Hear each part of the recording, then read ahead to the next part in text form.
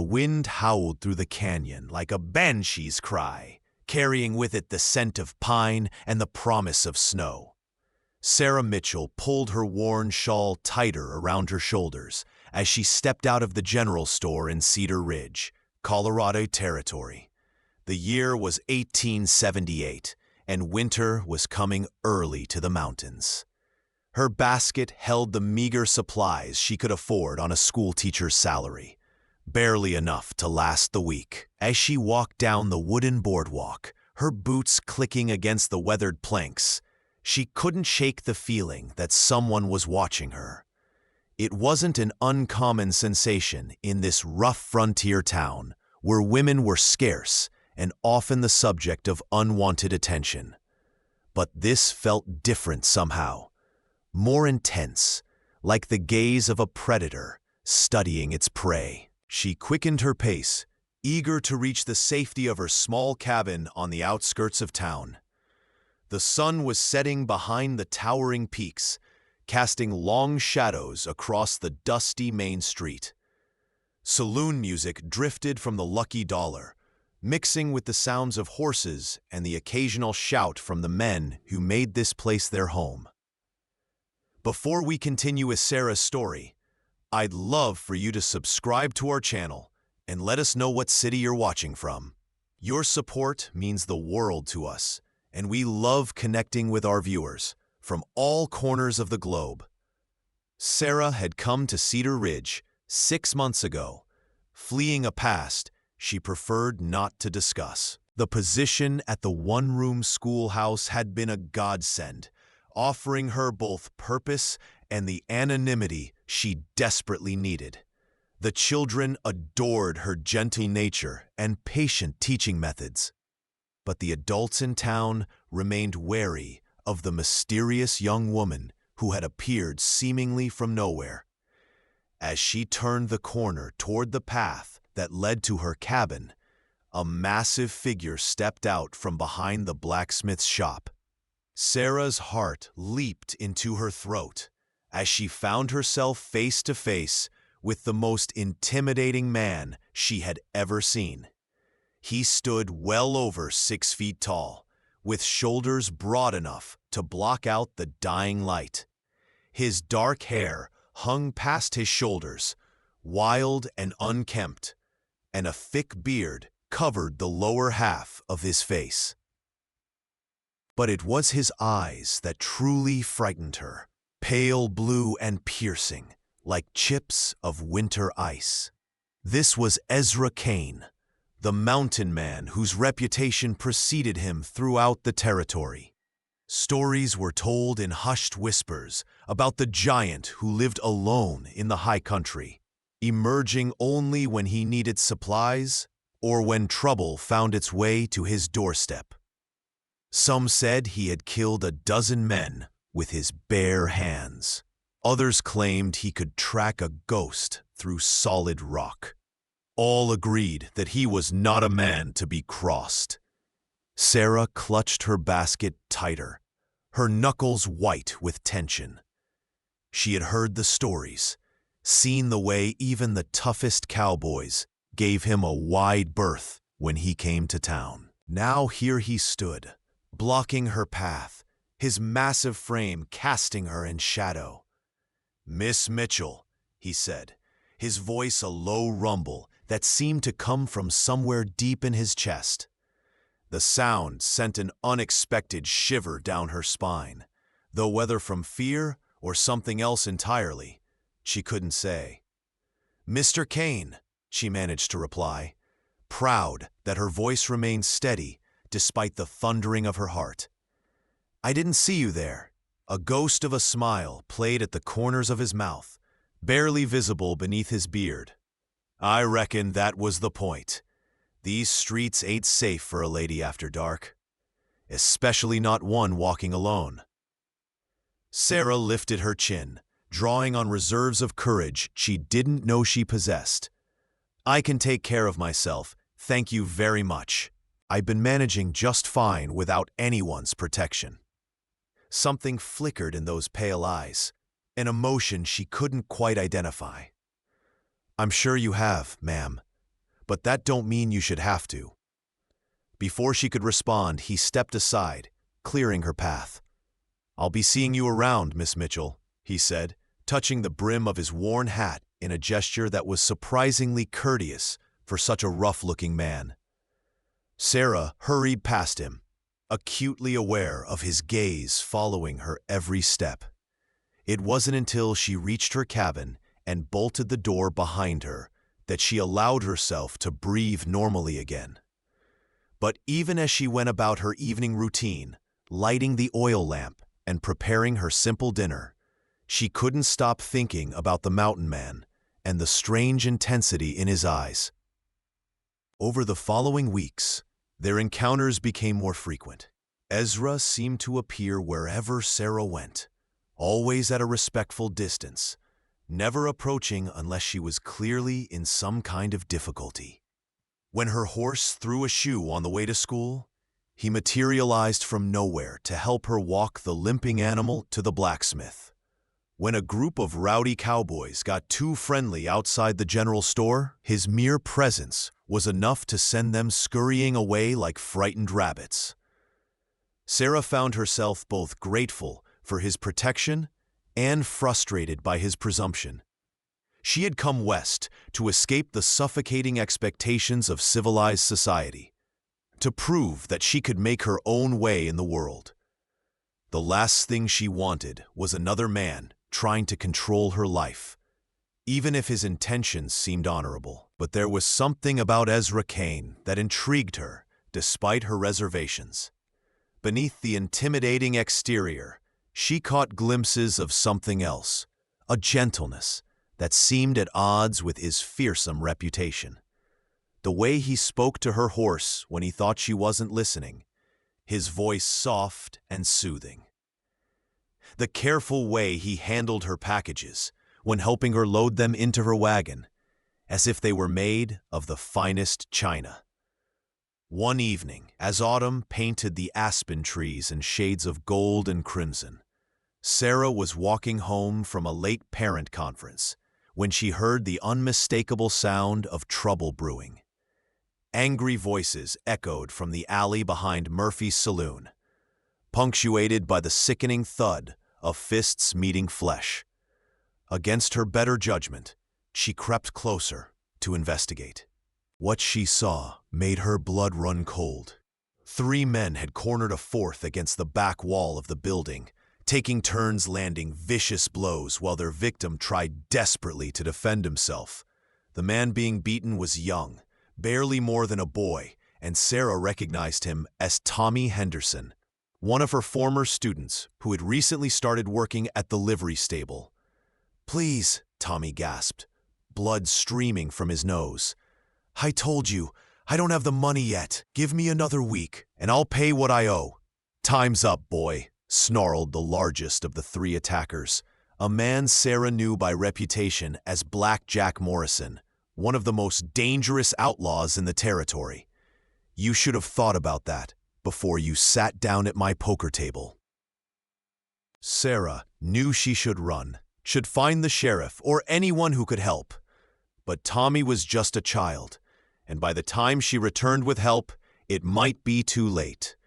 Before she could think better of it, she stepped into the alley.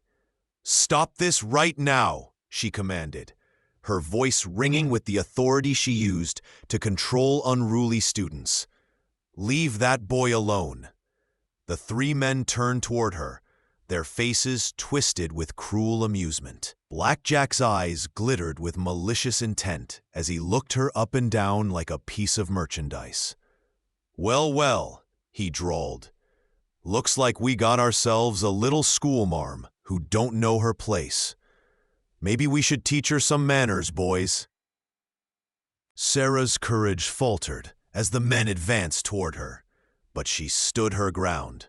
She had made her choice, and she would face the consequences, whatever they might be. That's when the temperature in the alley seemed to drop 20 degrees. "I'd think real careful about your next move, Morrison." The voice came from the mouth of the alley, low and deadly as a rattlesnake's warning. Ezra Kane stepped into view, And Sarah had never been so grateful to see anyone in her entire life. But this wasn't the courteous gentleman who had been watching over her these past weeks. This was the mountain man of legend, the killer whose reputation struck fear into the hearts of hardened criminals. Black Jack's face went pale beneath his stubble. "Kane, this ain't your business. The lady says different." Ezra's hand rested casually on the grip of the massive Bowie knife at his belt. "And what concerns Miss Mitchell concerns me." The tension in the alley was thick enough to cut with a blade. Sarah could see the wheels turning in Black Jack's head as he weighed his options. He was fast with a gun, had killed more men than most people had met. But Ezra Kane was something else entirely, a force of nature that couldn't be reasoned with or intimidated. "We're just having a friendly conversation," Black Jack said, finally, his voice carefully neutral. "No harm done. Then I reckon you won't mind continuing that conversation somewhere else," Ezra replied. "Far away from here." The three outlaws exchanged glances, then began backing toward the other end of the alley. Black Jack's eyes never left Ezra's face, and Sarah could see the promise of future violence in his gaze. "This ain't over, Kane," he said as they reached the street. "No," Ezra agreed quietly. "I don't expect it is." After the men disappeared into the night, Ezra turned his attention to Tommy, helping the boy to his feet with surprising gentleness. "You hurt bad, son." Tommy shook his head, wiping blood from his split lip. "Nothing that won't heal, Mr. Kane. Thank you. And thank you too, Miss Mitchell. That was real brave what you did." "It was real stupid," Ezra corrected, his pale eyes finding Sarah's in the dim light. "Brave, but stupid." Sarah felt her temper flare. "I couldn't just stand by and watch them hurt him. And what good would it have done if they'd hurt you too?" Ezra's voice was harsh, but she could hear the fear beneath the anger. "You think that boy would have felt better knowing you got yourself killed trying to help him? I had to do something. You should have come to find me." The words hung in the air between them, loaded with implications that neither was quite ready to acknowledge. Sarah stared at him, seeing something in his expression that made her heart skip a beat. "Why?" she asked softly. "Why should I come to you?" For a moment, Ezra's carefully constructed walls seemed to crumble, and she caught a glimpse of the man beneath the legend. When he spoke, his voice was barely above a whisper. "Because I'd burn down half the territory before I'd let anyone hurt you." The admission seemed to surprise him as much as it did her. He turned away abruptly, his jaw clenched tight. "Come on, I'll walk you home." They made the journey to her cabin in silence, the weight of unspoken words heavy between them. When they reached her door, Sarah turned to face him, studying his profile in the moonlight. "Ezra?" she began, but he cut her off with a shake of his head. "Don't," he said roughly. "Don't say whatever you're thinking of saying. You're a lady, Miss Mitchell, a real lady with education and refinement and a future ahead of you. I'm just a man who's good at killing things. That's all I've ever been, and it's all I'll ever be." "That's not true," Sarah protested. "I've seen the way you are with the children when you think no one's looking. The way you helped Mrs. Patterson when her roof was leaking. You're not just a killer, Ezra. You're so much more than that." He looked at her then, really looked at her, and she saw a longing in his eyes that took her breath away. For a moment, she thought he might reach for her, might close the distance between them, and show her the gentleness she knew existed beneath his rough exterior. Instead, he stepped back, his expression shuddering closed once again. "Good night, Miss Mitchell," he said formally, touching his hat brim. "Lock your door, and next time you see trouble, you run the other way. Promise me." Sarah wanted to argue, wanted to tell him that she wasn't some fragile flower who needed constant protection. But something in his voice, a note of desperate pleading, made her nod instead. "I promise," she whispered. He turned and melted back into the shadows, leaving her standing alone on her doorstep, with her heart pounding and her mind reeling from everything that had happened. As winter tightened its grip on the mountains, the dance between Sarah and Ezra continued. He remained her silent guardian, always watching, always ready to step in when danger threatened. She found herself looking forward to their brief encounters, treasuring the moments when his guard would slip, and she could see the man he truly was beneath the fearsome reputation. The children at school began asking questions about the mountain man, who sometimes watched their teacher from the edge of the schoolyard. Sarah deflected their curiosity as best she could, but she couldn't deny the warmth that spread through her chest every time she caught sight of his familiar figure in the distance. It was during the first blizzard of the season that everything changed. Sarah had stayed late at the schoolhouse, grading papers by lamplight while the wind howled outside. By the time she finished, the storm had intensified beyond anything she had experienced since coming to Colorado. Snow fell so thick she could barely see her hand in front of her face, and the wind cut through her coat like a knife. She should have stayed at the school until morning, but the thought of spending the night in the cold, empty building filled her with dread. Her cabin wasn't far, just a quarter-mile down the path. Surely she could make it that distance, even in this weather.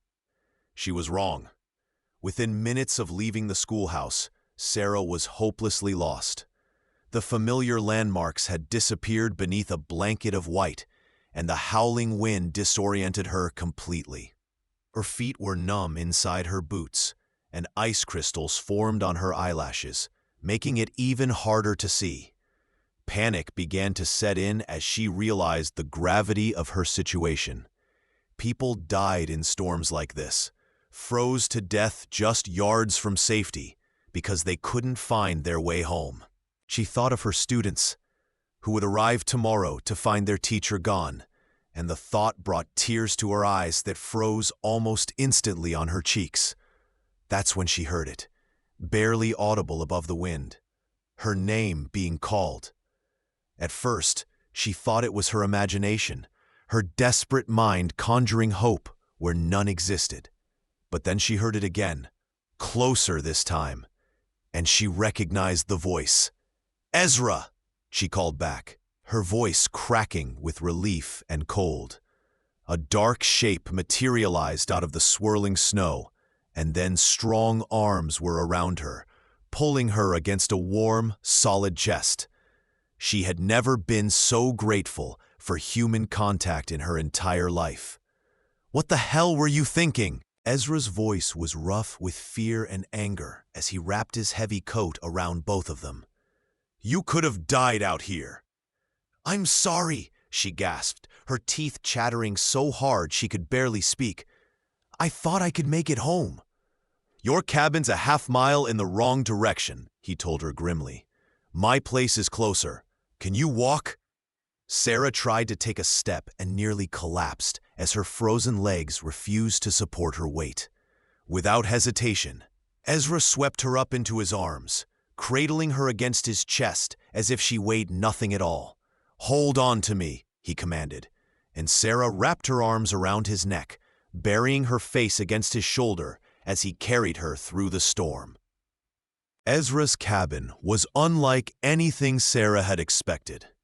Where she had imagined a rough, primitive shelter, she found instead a well-built log home with glass windows and a stone fireplace that filled the main room with warmth and light.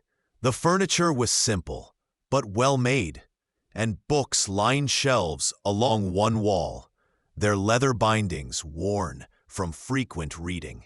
Ezra set her down gently in front of the fire, then immediately began working to remove her wet boots and stockings. His touch was clinical, efficient, but Sarah couldn't help noticing the careful way he handled her, as if she were made of spun glass. "We need to get you out of these wet clothes," he said without looking up. "You're half frozen." Sarah's cheeks burned with embarrassment, but she knew he was right. Her dress was soaked through, and she could feel the cold seeping into her bones. "I don't have anything else to wear." Ezra disappeared into what she assumed was his bedroom, returning with a thick flannel shirt and a pair of wool socks. "These will have to do until your things dry out. I'll step outside while you change." "In this storm?" Sarah protested. "You'll freeze." "I've been in worse," he said simply, but she caught his arm as he moved toward the door. "Please, don't. I trust you." The words seemed to hit him like a physical blow. He stared down at her, his pale eyes searching her face, as if looking for some sign that she didn't mean what she had just said. "Sarah," he said quietly, and the sound of her given name on his lips sent a shiver through her that had nothing to do with the cold. "You don't know what you're saying." "Yes, I do." She looked up at him steadily, her heart hammering against her ribs. "I trust you, Ezra, completely." For a long moment they stood frozen in place, the only sound the crackling of the fire and the wind howling outside. Then Ezra stepped back, his jaw clenched tight. "I'll be in the kitchen," he said roughly. "Call out when you're decent." Sarah changed quickly, her fingers clumsy with cold and nerves. Ezra's shirt hung nearly to her knees, and she had to roll the sleeves up several times to free her hands. The fabric smelled like him, like pine and leather and something indefinably masculine that made her pulse quicken. "I'm finished," she called softly. Ezra returned carrying a steaming mug, which he pressed into her hands. The liquid inside was hot and sweet, with a burn that told her he had added something stronger than sugar to warm her from the inside out. "Drink," he ordered, settling into the chair across from her. "All of it." Sarah obeyed, grateful for the warmth that spread through her chest and limbs. As the feeling returned to her extremities, she became acutely aware of her situation. She was alone in a cabin with a man she barely knew, wearing nothing but his shirt and a pair of wool socks. By the standards of polite society, she was thoroughly compromised. Strangely, she found that she didn't care. "Thank you," she said when she had drained the mug, "for coming after me. How did you know I was in trouble?" Ezra was quiet for so long that she thought he might not answer. When he finally spoke, his voice was barely above a whisper. "I always know where you are," he admitted. "I've been watching over you since the day you came to town. Couldn't seem to help myself." "Why?" The question slipped out before she could stop it. The same one that had been haunting her for weeks. He looked up at her then, and the raw vulnerability in his eyes took her breath away. "Because you're the first good thing I've seen in 20 years of living in hell. Because when you smile at those children, it's like watching the sun come up after the longest night of winter. Because you make me want to be something more than what I am." Sarah set down her empty mug with trembling hands. "Ezra, I know it's wrong," he continued, his voice gaining strength. "I know I got no right to feel this way about you. You're everything that's fine and decent in this world. And I'm not fit to breathe the same air as you. But I can't seem to stop myself from caring about you, from wanting to protect you, from what?" she prompted gently when he trailed off. He stood abruptly, pacing to the window where he stared out at the swirling snow. From wanting things I got no business wanting. Sarah rose from her chair and moved to stand behind him, close enough that she could feel the heat radiating from his body. What if I want those same things? Ezra went rigid, his hands clenching into fists at his sides. Don't say that. You don't know what you're talking about. I'm not a child, Ezra. She reached out tentatively, placing her hand on his arm. Even through the thick fabric of his shirt, she could feel the tension in his muscles. I know my own mind. He turned to face her so suddenly that she stumbled backward, but his hands shot out to steady her, gripping her arms just above the elbows. They stood frozen like that, barely inches apart, both breathing hard as if they had been running. You want to know why I watch over you? He asked, his voice rough with emotion. You want to know why I can't seem to stay away, no matter how hard I try? Sarah nodded, not trusting her voice. Because you're in my blood, Sarah Mitchell. You're in my dreams and my waking thoughts and every breath I take. Because I'd kill any man who tried to hurt you, and I'd die before I'd let harm come to you.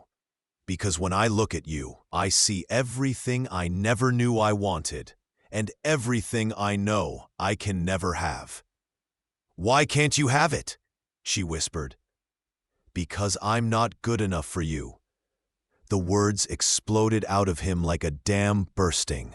Because I've got blood on my hands and darkness in my soul, and you deserve so much better than a broken-down mountain man who doesn't know how to be gentle with anything beautiful.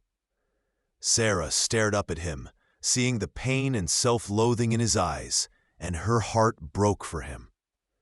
Without thinking, she reached up and cupped his face in her hands, feeling the rough texture of his beard against her palms.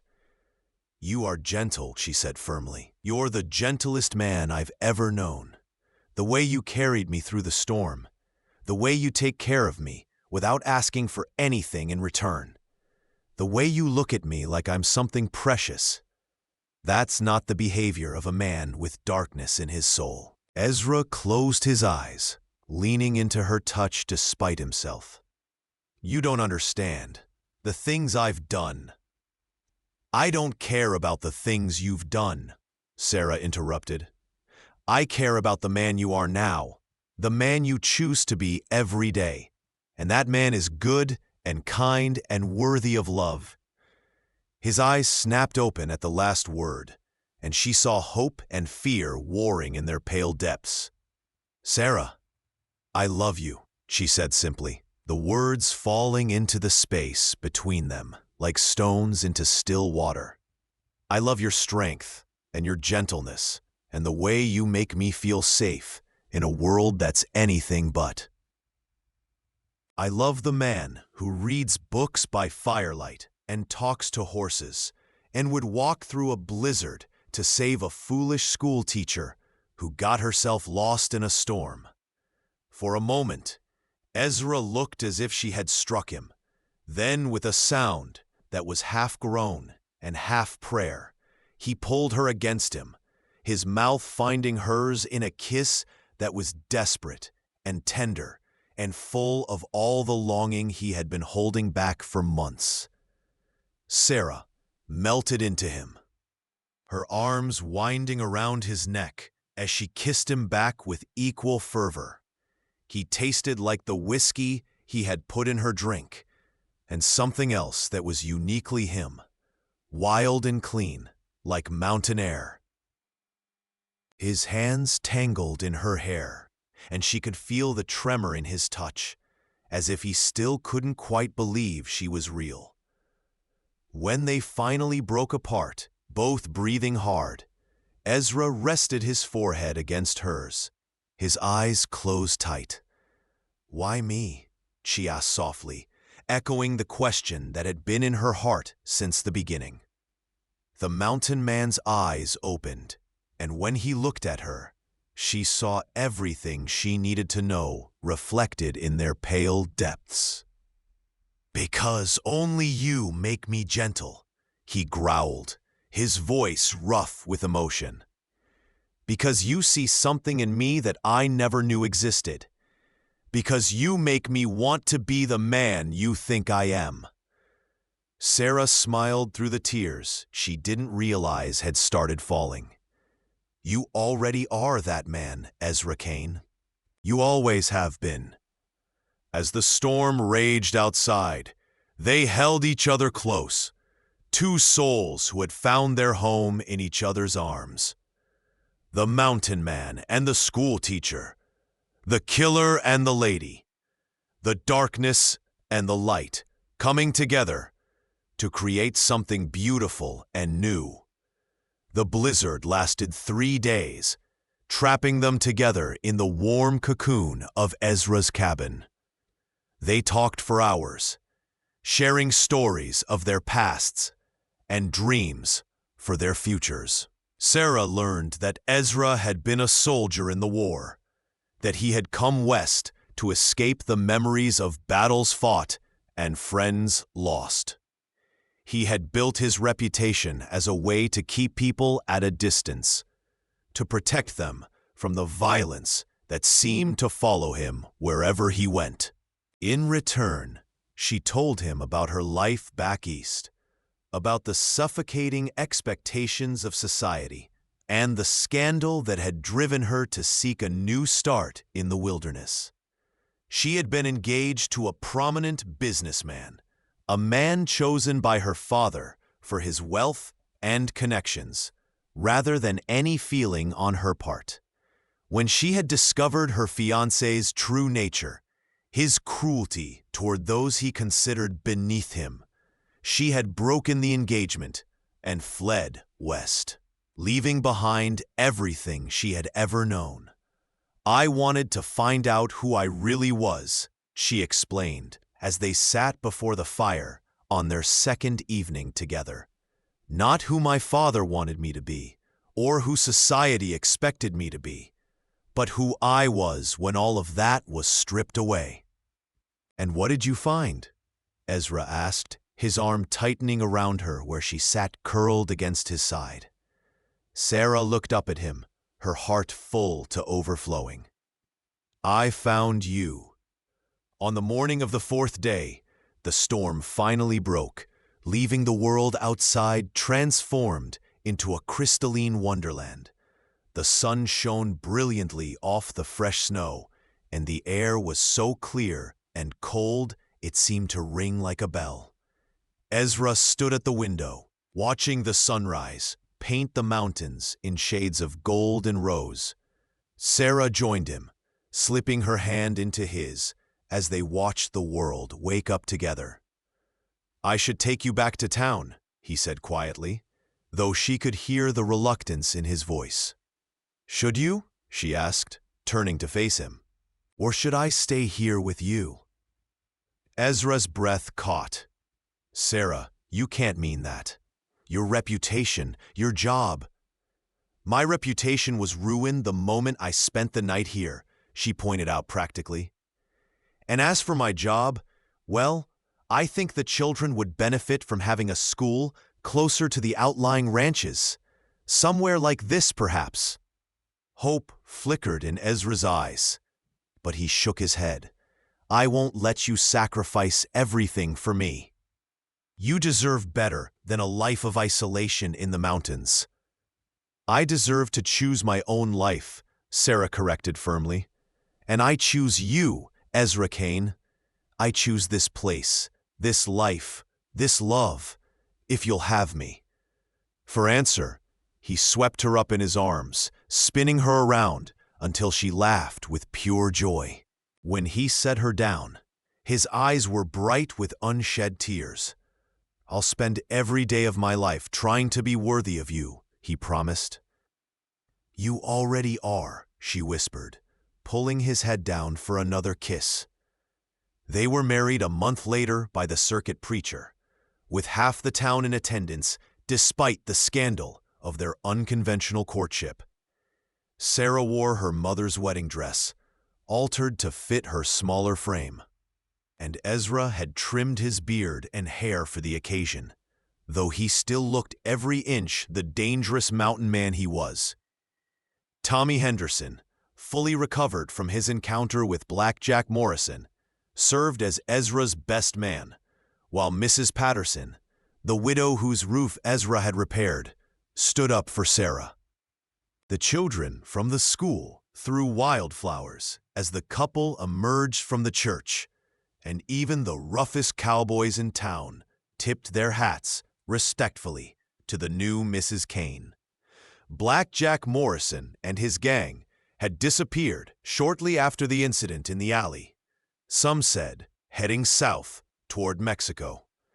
Ezra had made it clear that they were no longer welcome in his territory, and even the most hardened outlaws knew better than to test the mountain man's resolve when it came to protecting what was his. Sarah did indeed start a new school, building it on a piece of land halfway between Ezra's cabin and the nearest ranch. Children came from miles around to learn from the gentle teacher who had tamed the legendary mountain man, and their little schoolhouse became a beacon of civilization in the wild country. In the evenings, when the last student had gone home and the chores were done, Sarah and Ezra would sit together on the porch of their cabin, watching the sun set behind the peaks they both loved. Sometimes they would talk about their plans for the future, the children they hoped to have, the life they were building together. Other times they would simply sit in comfortable silence, content in each other's presence. On one such evening, as autumn painted the aspen trees in brilliant gold and the first snow dusted the highest peaks, Sarah turned to her husband with a smile that still had the power to take his breath away. "Do you ever regret it?" she asked, "giving up your solitary life for all this domesticity?" Ezra considered the question seriously, as he did everything she asked him. Then he pulled her closer, pressing a kiss to the top of her head.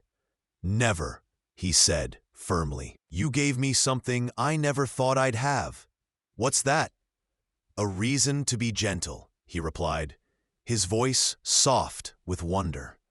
"A reason to hope, a reason to believe that even a man like me could deserve something beautiful." Sarah tilted her face up to look at him, her eyes bright with love and mischief. "Just remember that the next time you're tempted to go all growly and intimidating on some poor unsuspecting soul."